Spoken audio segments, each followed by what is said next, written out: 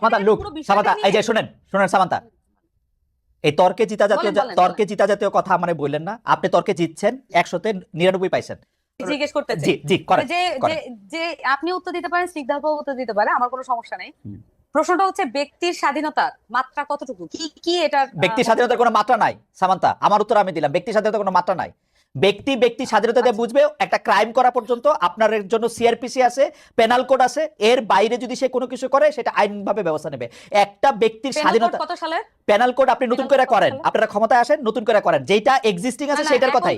এখনকার penal code কত সালে? এখনকার পেনাল কোড কত সালের মানে কি? পেনাল কোড তো পেনাল কোড, পেনাল কোডের তো প্রতিদিন কত সালের পেনাল কোডের মধ্যে অনেক চেঞ্জ আছে। এটা 1858 সালে এই যে শেখানো পড়ানো বুলির পাশাপাশি এইটাও শোনেন, 1858 সালে যে পেনাল কোড আছে, বাংলাদেশে প্রতিদিন নতুন নতুন করে যে আইন এনাক্টেড হয়েছে গত 54 বছরে, তার মধ্যে ওই পেনাল কোডের আইনগুলি চেঞ্জ হয়েছে।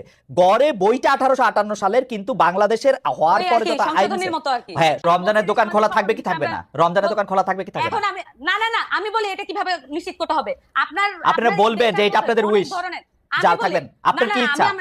আমি আমার উইশ বলতেছি, আপনি কি আমাকে বলতে দিবেন? আপনি বলতেছেন তো, বলেন। আমি বলতেছি তো, এখানে ক্লিয়ারলি এখানে ইসলামের মধ্যে এবং নানান ধর্মের মধ্যে অনেক ধরনের সেকশন আছে, অনেক ধরনের বিষয় আছে। প্রত্যেকের রিপ্রেজেন্টেশন নিশ্চিত হয়, এমন করে বোর্ড গঠন করে দিক, এমন ভাবে বোর্ড গঠন করে দিক যেখানে এই যে তাত্ত্বিক আলাপটা হোক। সেটার জন্য তো আমরা ওয়েল ইকুইপ না। আমাদেরকে যদি ফ্যাসিলিটেট করতে বলে, আমাদেরকে যদি জনতা যে দায়িত্ব দেয়, আমরা সেটা করব। সকল পক্ষ থেকে আমরা আলেমদেরকে নিয়ে আসবো, এক বোর্ডে বসেন, আপনারা সিদ্ধান্ত নেন এটা কি হবে। কিন্তু যে কোনো একটা পার্টি এটা হ্যাঁ না বা এটা বলে দিল, আর সেটাই হচ্ছে ওই বাংলাদেশের রুলস হয়ে যাবে। ধরেন জামাত বলছে যে এটা করা, আমি ধরেন বলতেছি জামাত বলছে এটা করা উচিত না, আমরা বলতেছি এটা করা উচিত, তাহলে বাংলাদেশের জনগণ কি করবে? কার কথা শুনবে? যে পার্টি করে সেই পার্টির কথা শুনবে। তাহলে বিভাজন আরো স্পষ্ট করি আমরা।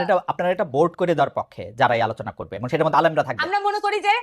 আমরা মনে করি স্পেশালাইজ যে কোনো বিষয় যখন এইটার মধ্যে আপনি মনে করতেছেন যে আমি মনে করতেছি যে এটা, আমি মনে করি সেটা আপনি মনে করতেছেন এটা স্পেশালাইজ বিষয়। আমি বলতেছি ভাই এটা স্পেশালাইজ বিষয়, আমি মনে করতেছি এটা স্পেশালাইজ বিষয়। এবং এইটা আমি রাস্তায় খাবো কি খাবো না, মানে রেস্টুরেন্টে খাবো কি খাবো না, এটা স্পেশালাইজ বিষয়।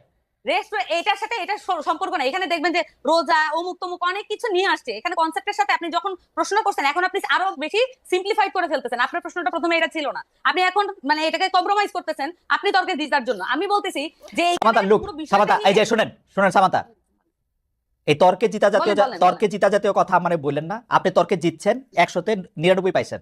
আপনার কথা আমি বুঝতে পারছি, থ্যাংক ইউ। আমি ডক্টর স্নিগ্ধার কাছে যাই।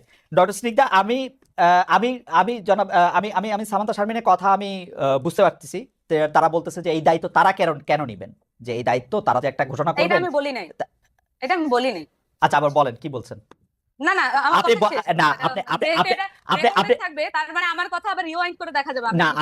আপনি এটা বলতেছেন না যে এই সিদ্ধান্ত এনসিপি দিবে না, আপনি এটা বলেন নাই?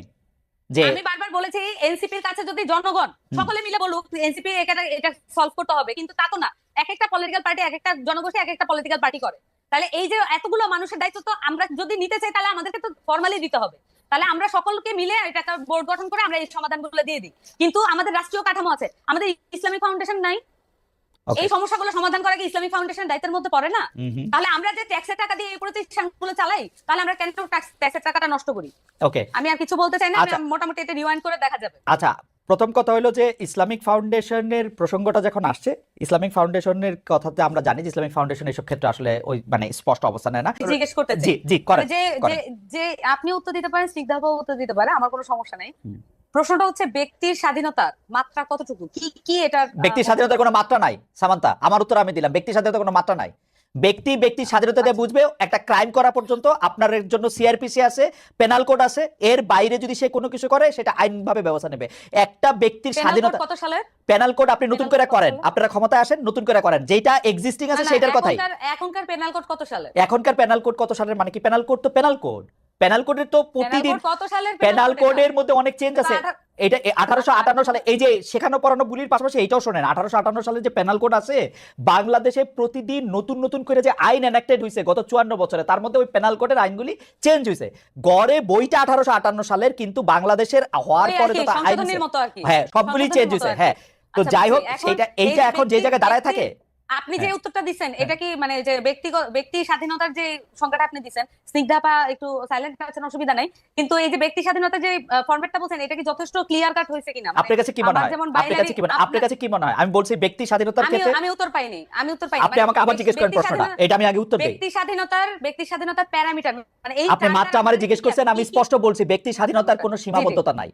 ব্যক্তির স্বাধীনতার ওকে, সীমা হচ্ছে সীমাবদ্ধতা যেটা নাই, ব্যক্তি স্বাধীনতার সীমা হচ্ছে একটা ক্রাইম করা পর্যন্ত। যেমন ধরেন আমার ব্যক্তি স্বাধীনতা হচ্ছে, আমি বুঝি নাই কায়েম করা মানে বুঝি নাই।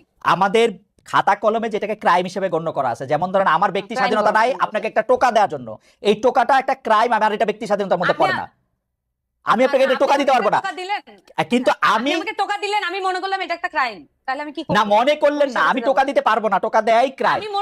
আমি মনে করলাম যে এটা একটা ক্রাইম, তাহলে সেইটাই তো আমি তো বললাম যে টোকা দেওয়া তো আসলেই ক্রাইম, আমি আপনাকে টোকা দিতে পারবো না, কিন্তু আমি নিজে নিজে রাস্তায় দ্বারা খাইতে পারবো, এটা আমার ব্যক্তি স্বাধীনতা। রমজান মাস হইলো, এটি তো তাহলে তো ক্লিয়ার হয়ে গেল। হ্যাঁ। মানে এই বিষয়গুলো দেখুন, আপনি আর আমি যখন আলাপ করতেছি তখন কিন্তু একটা আলাপের মধ্য দিয়ে এটা একটা মধ্যস্থতা হয়ে যাচ্ছে। কোনো মধ্যস্থতা হয় নাই, আপনি কিন্তু আমার কথা যখন- বুঝতেছেন না আমি- সামান্তা, আমার কথা বুঝতেছেন না। আমার কথা আপনি বুঝতেছেন না, আমি আর একটু ভালো করে বলি। যেমন আপনার সাথে আমি যখন আলাপ করতেছি, যখন আমরা 3 জন মিলে আলাপ করব, আমরা যখন 10 জন মিলে আলাপ করব, কোনো না কোনো বিষয় এটা মধ্যস্থতা এবং একটা কমন গ্রাউন্ডে আসতে স্বাভাবিক। কিন্তু যখন একজন লোক হাতে একটা বেত নিয়ে একজন লোককে কান ধরে উঠবোস করায় তার পাওয়ার শো করে, এটার কোনো সমতা নাই, এটার কোনো আর্গুমেন্ট নেই, এটা কোনো আলোচনা না। এটা হচ্ছে একজন লোক তার পাওয়ার শো করে আরেকজন লোককে ডমিনেট করতেছে, এটা হচ্ছে এই জিনিস। তার মানে এটা পরিষ্কার ভাবে এটা অন্যায়, এটা করা ঠিক হয় নাই। এবং এইটার আপনি ব্যাপারে আমাকে আমি জিজ্ঞেস করছেন- আমি জানতে চাইছিলাম এটার ব্যাপারে এনসিপির কি অবস্থা। না না, এটা এনসিপির অবস্থান তো আমি বললাম, এর চেয়ে ক্লিয়ার আর কোনো মানে আপনারা হুম। দুইজনই আমাকে বেশ একটা ট্রায়ালের মধ্যে নিলেন যে আমি কোনোভাবেই এটা ক্লিয়ার অ্যান্সার দিচ্ছি না। How can I be clear more than this? যে আমি বারবার বলতেছি যে এইখানে একটা লোক বারবার তাকে ডমিনেট করার চেষ্টা করতেছে, ক্লিয়ার ডমিনেশন যেটা, কোনোভাবে সমতা নাই। এখন ধরেন আমরা যখন আমাদেরকে এখানে বলা হয়েছে আমরা ফাইট করছি ইয়ার সাথে, মানে আওয়ামী লীগের সাথে, এটা একটা অসম লড়াই ছিল, আমাদের ছেলেপেলের হাতে ছিল লাঠি আর ওখানে ছিল বন্দুক আর উপর থেকে এয়ার স্ট্রাইক, তাহলে এটা কিভাবে সমতার ভিত্তিতে? এটা তো লড়াইও না, এটা হচ্ছে পুরো খুন করার জন্য একেবারে আক্রমণ।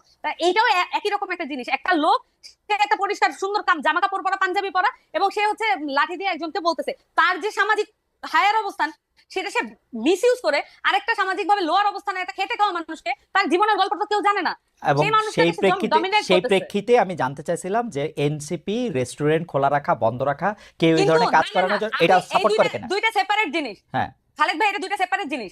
আমরা যদি এই জিনিসগুলোকে আলাদা করতে না পারি তাহলে আমরা আচ্ছা বলে তো একটু বুঝান। হ্যাঁ, মানে বুঝান এটা বুঝান। আলাদা জিনিস, আমি যেমন বলি। আলাদাটা কি? একটা জিনিস হচ্ছে যে আমি যখন বললাম যে আমি ঘটনাটা যখন বললাম যে এখানে একটা মানুষ ডমিনেট করতেছে আরেকটা লোককে এবং তাকে শারীরিকভাবে আহত করছে, এইটা একটা বিষয়, এটা আলাদা। এবং সেই সাথে আপনি বলতেছেন তাহলে কি এনসিপি পুরো একদম রমজান মাসে কি করা মনে করে? এনসিপি কি ধর্মভিত্তিক রাজনীতি দল? এনসিপি কি মনে করে যে এই আলেমদেরকে একদম প্রত্যেকটা ধর্মের প্রত্যেকটা বিষয়ে তারা ফতোয়া দিবে? আমরা কি বলছি যে আমাদের যে আত্মপ্রকাশ